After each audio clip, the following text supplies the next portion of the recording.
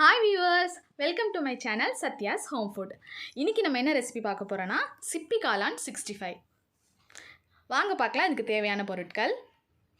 இங்கே நான் ஒரு பவுல் எடுத்துர்க்கேன். இந்த பவுல்ல இந்த டேபிள் ஸ்பூனால நான் 4 டேபிள் ஸ்பூன் கடலை மாவு சேர்த்துக்கிறேன்.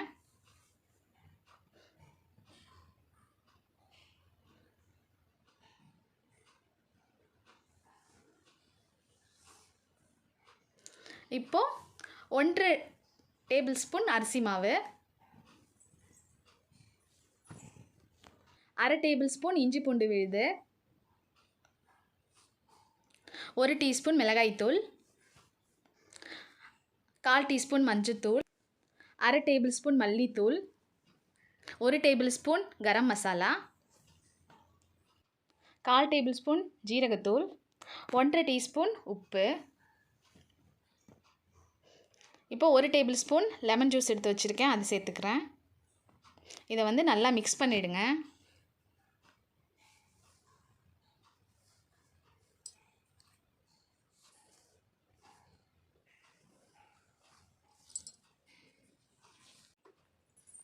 மிக்ஸ் பண்ணிவிட்டு இப்போ கொஞ்சம் கொஞ்சமாக தண்ணி சேர்த்து நல்லா மிக்ஸ் பண்ணுங்கள்.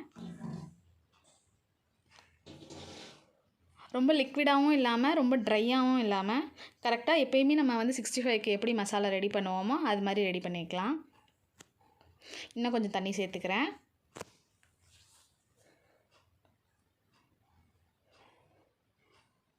இது மாதிரி நல்லா மிக்ஸ் பண்ணிக்கோங்க.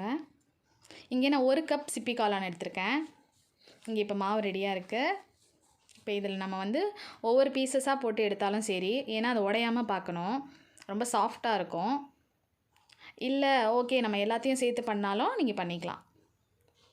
இப்போ நான் எல்லாத்தையும் ஒன்றா சேர்த்து எப்பயும் மிக்ஸ் பண்ணுற மாதிரி மிக்ஸ் பண்ணிடுறேன்.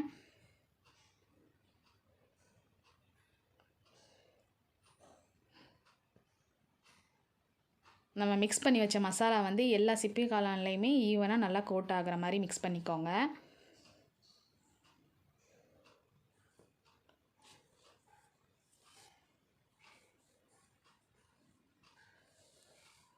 இப்போ மிக்ஸ் பண்ணியாச்சு. ஒன்று ஒன்றா இப்போ எண்ணெயில் சேர்த்துடலாம்.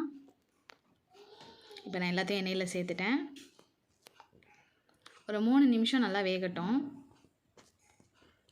3 நிமிஷத்துக்கு அப்புறம் திருப்பி போட்டுருங்க ஒன்று ஒன்றா எடுத்து.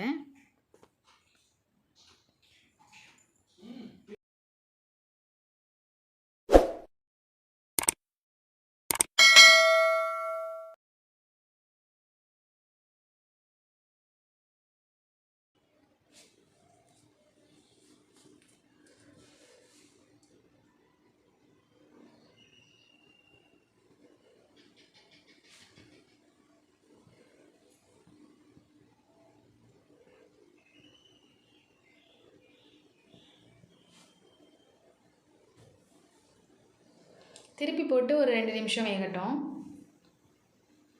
இப்போ 2 நிமிஷம் கழிச்சு பார்த்திங்கன்னா நல்லா வெந்துருச்சு. அது திருப்பி ஒரு வாட்டி நல்லா திருப்பி போட்டு திருப்பி எல்லா பக்கமும் ரோஸ்ட் ஆகிட்டான்னு ஒரு வாட்டி செக் பண்ணிக்கோங்க.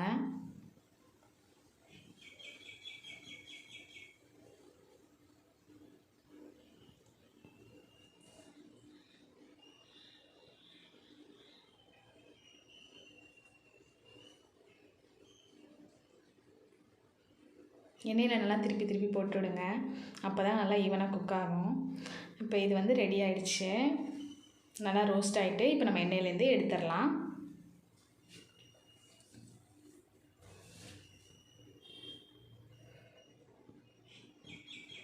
எண்ணெயிலேருந்து இப்போ எடுத்தாச்சு. இப்போ நான் அடுத்த பேட்சும் போடுறேன். அதே மாதிரி ஒன்று ஒன்றா அடுத்த பேட்சும் எண்ணெயில் சேர்த்துருங்க.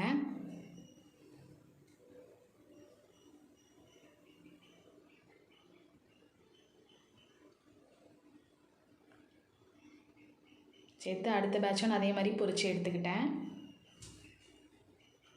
ரெடி ஆகிட்டு அவ்வளோதான், நம்ம சிப்பி காளான் 65 ரெடி ஆகிட்டு.